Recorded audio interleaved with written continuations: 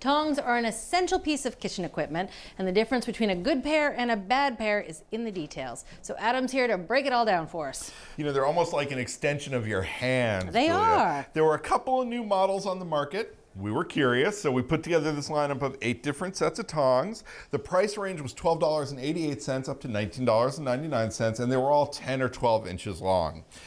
Now, testers did a ton of testing. They used them to manipulate tortillas in hot oil to make taco shells. They browned a 4-pound beef roast in a Dutch oven and then transferred it to a roasting rack, so you're turning that roast around, getting different sides of it. They portioned angel hair pasta, the really thin kind, which is slippery and hard to pick up. 1 pound of it into 4 separate portions. And they used it on the recipe for chicken fried steak. So they were both dredging the steaks and frying the steaks. They also picked up a single rounded toothpick. That is my favorite test. It's a great test, and it's hard to do. Those things are really hard to get a grip on. And they transferred ramekins filled with 4 ounces of pie weights into and out of a Dutch oven with 1 inch of boiling water.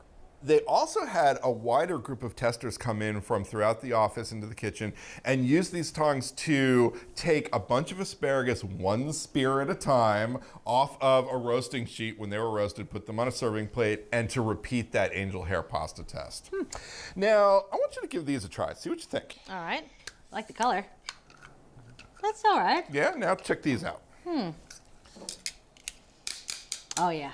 I definitely would have more grip with these. They're easier to close than these. This is actually, it's not quite a fight. I could use them, but I have to say, if I had to use these all day, say out at a grill or something, my hand would start to hurt. It's almost like an exercise. I wonder if I would get a hand cramp. That's exactly what the testers thought. And they got curious about this because there were different degrees of force required to close these things. So they took all the tongs to the Massachusetts Institute of Technology, where a materials science and engineering expert used a tool called the Uniaxial tensile tester. And that told us exactly how much force is required to close these tongs. And there were sort of 2 ranges. The upper range, the stiffer tongs, required between 0.7 and 0.84 pounds of force. The easier tongs, the ones that had a lighter touch, were between 0.44 and 0.57 pounds of force. Those red ones you have in your hand, the highest of all, 0.84. You know, and we all thought that that's okay for 1 or 2 quick moves, but as you said, hand cramps if you use them for too long. Yeah, well, and the devil's in the details. Those are points away from each other. Exactly. Now, testers also gave some consideration to the locking mechanism, which is my pet peeve with a lot of tongs. And there were basically 2 types in this lineup. Unlock these for me, would you please? Yeah, it's not bad. No, they're not terrible. Not terrible. Try unlocking this one. There you go. This works. The 2 types were the kind that you had to pull out, which doesn't seem like a big deal, but you did have to use 2 hands.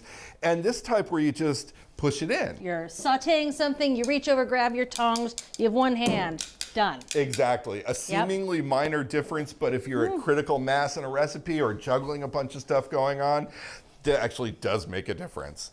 Now, the business end of the tongs is called the pincers. That's where you pick stuff up. See what you think of those. Oh, no, no, no, no. No, no, no, no, no. I feel like I wouldn't get a grip on anything. It actually, if you look at it, it only touches on the very ends. The whole middle is wide open. You're batting 1,000. That's exactly what the testers thought. Testers, by and large, didn't really like the ones that have straight edges, especially in that test where they were picking up the beef roast and turning it around in the Dutch oven. Oh, yeah. The straight edge tongs slid up the roast a little bit, didn't grip it nearly as well as they wanted. They definitely preferred pincers that are scalloped like this, as opposed to pincers that have straight edges like that. Yeah. They also preferred bare metal pincers than coated silicone ones because, again, the grip was better. So these are actually the tongs to beat. These are the OXO Good Grips 12-inch tongs. They were $12.95. They have that sweet spot, 0.55 pounds of pressure necessary, so a nice light touch. They have the right kind of pincers. They have the right kind of lock. They have little silicone inserts in the arms, so they're super comfy. And they are our tongs of choice. All right, so there you have it. Devil's in the details when it comes to tongs. And our winner is the OXO Good Grips. They're the 12-inch tongs for $12.95. Thanks for watching Cook's Country from America's Test Kitchen. So what'd you think? Leave a comment and let us know which recipes you're excited to make, or just say hi. Now you can find links to today's recipes and reviews in the video description. And don't forget to subscribe to our channel. See you later. Alligator.